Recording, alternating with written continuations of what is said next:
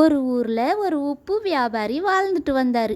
அவர் தன்னுடைய கழுதை மேலே தினம் 2 மூட்டை உப்பை ஏற்றி டவுனில் போய் விற்றுட்டு வருவார். அப்படி விற்க போகும்போது நடுவில் ஒரு ஆறு இருக்கும்.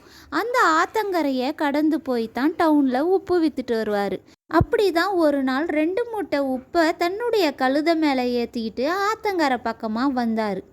அப்போது அந்த கழுதை ஆற்றுல தெரியாமல் தவறி கீழே விழுந்துடுச்சு. ஐயோ அம்மா, கீழே விழுந்துட்டனே. அட கடவுளே, கழுதை தண்ணியில் விழுந்ததில் எல்லா உப்பும் கரைஞ்சிடுச்சே. நான் எப்படி இனிமே போய் டவுனில் விற்பேன்? வீட்டுக்கு தான் போகணும். இந்த கழுதை ஏன் தான் இப்படி ஊந்துச்சோ தெரியல அப்படின்னு உப்பு வியாபாரி சொன்னார். உடனே கழுதை ஏஞ்சி நின்று பார்த்துச்சு. உப்பெல்லாம் கரைஞ்சி போயிருந்துச்சு. என்ன இது, உப்பெல்லாம் கரைஞ்சி வெயிட் இல்லாமல் ஆயிடுச்சு. ஐ ஜாலி ஜாலி. இனிமே நம்ம இந்த ட்ரிக்கே யூஸ் பண்ணி தினமும் ஜாலியாக வெயிட்டே இல்லாமல் வீட்டுக்கு போகலாம் அப்படின்னு அந்த கழுதை தன்னுடைய மனசுக்குள்ளே நினச்சிக்கிச்சு. மறுநாளும் அதேமாரி உப்பு வியாபாரி டவுனுக்கு போகிறதுக்காக கழுதை மேலே உப்பை ஏற்றிட்டு அந்த ஆத்தங்கரையை கடக்க போனார்.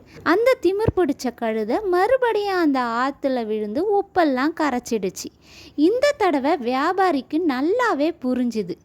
இந்த கழுதை வேணும்னே தான் உப்பை தண்ணியில் கரைச்சிட்டு நம்மளை வீட்டுக்கு அனுப்புது. இதுக்கு ஒரு பாடம் நம்ம கண்டிப்பாக புகட்டியே ஆகணும் அப்படின்னு அந்த வியாபாரி நினச்சாரு. மறுநாள் உப்புக்கு பதிலாக அந்த சாக்கில் பஞ்சை திணிச்சு கழுதை மேலே ஏற்றினார். கழுதை அந்த ஆத்தங்கரை கிட்ட வந்ததும் மறுபடியும் நம்ம ஆற்றுல தவறி விழுந்து உப்பை கரைக்கலான்னு நினச்சிது. கழுதை ஆற்றுல விழுந்து எழுந்திருச்சுது.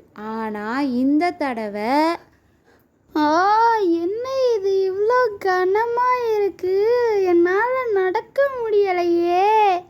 ஐயோ, நம்ம தப்பு பண்ணிட்டோமோ, ஐயோ அப்படின்னு அந்த கழுதை ரொம்பவே ஃபீல் பண்ணுச்சு. தன்னுடைய முதலாளி நாம் செஞ்ச தப்புக்கு தான் நமக்கு தண்டனை கொடுத்துருக்காங்கன்னு அந்த கழுதைக்கு இப்போ புரிய ஆரம்பிச்சிச்சு.